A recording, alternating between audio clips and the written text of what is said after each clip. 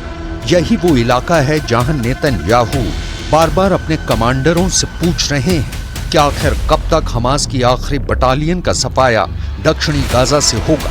इस वक्त दक्षिणी गाजा में इजरायली सेना पर बेहद तीखे हमले हो रहे हैं। लगभग 4 हफ्ते पहले भी रफ़ा में हमास के लड़ाकों ने एंटी टैंक मिसाइल से इजराइल के सबसे मजबूत बख्तरबंद को उड़ा दिया था, जिसमें 8 इजरायली सैनिकों समेत एक इजरायली कमांडर भी मारा गया था। गाजा लगभग 90% तक तबाह हो चुका है, लेकिन उसके बावजूद इजराइल वहां हमले तेज करता जा रहा है। बड़ी हो गई है खुशबू।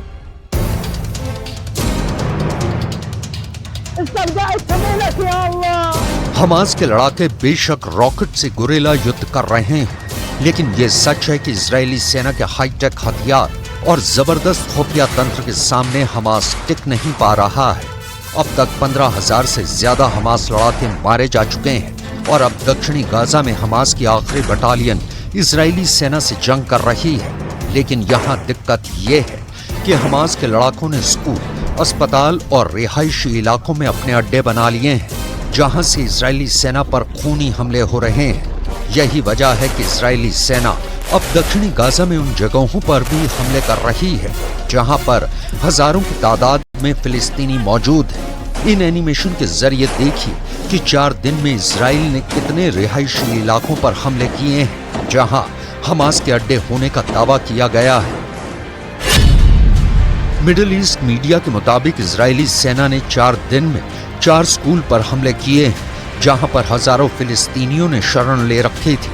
दावा किया जा रहा है कि स्कूल के अंदर हमास लड़ाके भारी हथियारों और रॉकेट के साथ मौजूद थे जिन पर इजरायली वायुसेना ने बम और मिसाइलों से हमले किए हैं। इजराइल के हवाई हमलों में दावा किया गया है कि स्कूल में मौजूद 2 दर्जन से ज्यादा हमास लड़ाके मारे जा चुके हैं, लेकिन इन हमलों के दौरान पिछले 4 दिनों में 77 से ज्यादा फिलिस्तीनी मारे जा चुके हैं, जिसकी वजह से दक्षिणी गाजा में कोहराम मचा हुआ है।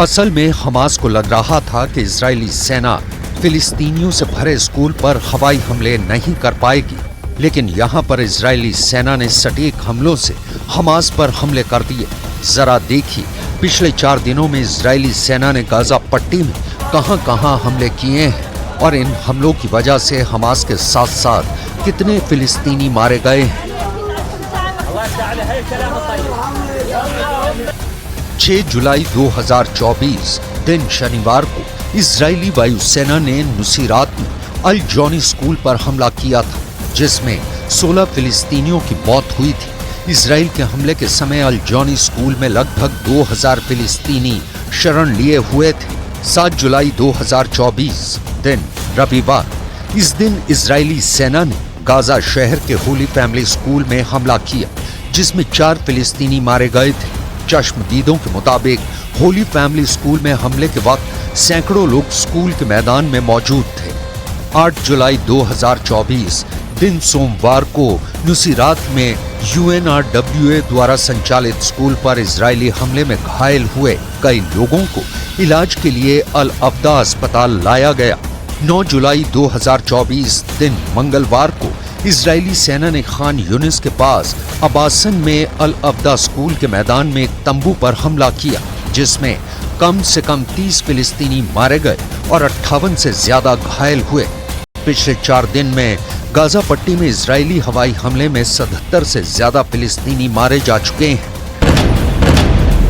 बेशक इजराइल हमास पर काफी भारी पड़ रहा है, लेकिन ये भी सच है कि हमास फिलिस्तीनियों को ढाल बनाकर हमले कर रहा है। यही वजह है कि अब इजरायली सेना ने गाजा शहर से फिलिस्तीनियों को भागने के लिए कहा है। इजरायली सेना ने पर्चे गिराए, फिलिस्तीनियों को गाजा शहर छोड़ने का आदेश दिया। IDF ने अपने आदेश में कहा है फिलिस्तीनी नागरिक दीर अल बल्लाह और अज जवायदा की तरफ जाएं। वहीं एक सुरक्षित जगह उनके लिए बची है। सुरक्षित गलियारे खोल दिए गए हैं।